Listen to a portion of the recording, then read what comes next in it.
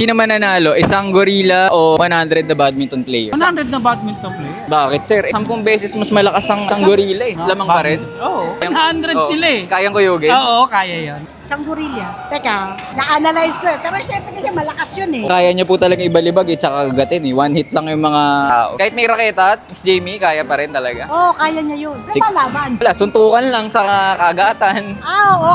Hindi badminton? Hindi naman. Kala ko Hindi po. badminton eh. Kaya niya yun. Kaya po nung Oo. gorilla. Oo. 100 badminton players. Mas marami, mas malakas. Gorilla, malakas kasi. Gorilla talaga. Kasi parang yung mga tao, hindi sila makakalapit sa tao. 100 na badminton player. Malakas ng smash eh. Papaluin mo ng raketa? 100 na badminton player. Bakit? Kasi may mga racket sila eh. Puro 100 badminton players. Kasi Bakit? syempre 100. Quantity pa rin. Quantity pa rin. Siguro yung gorilla. Oo. Kasi for sure, wala namang tao or badminton player na makikipaglaro sa gorilla.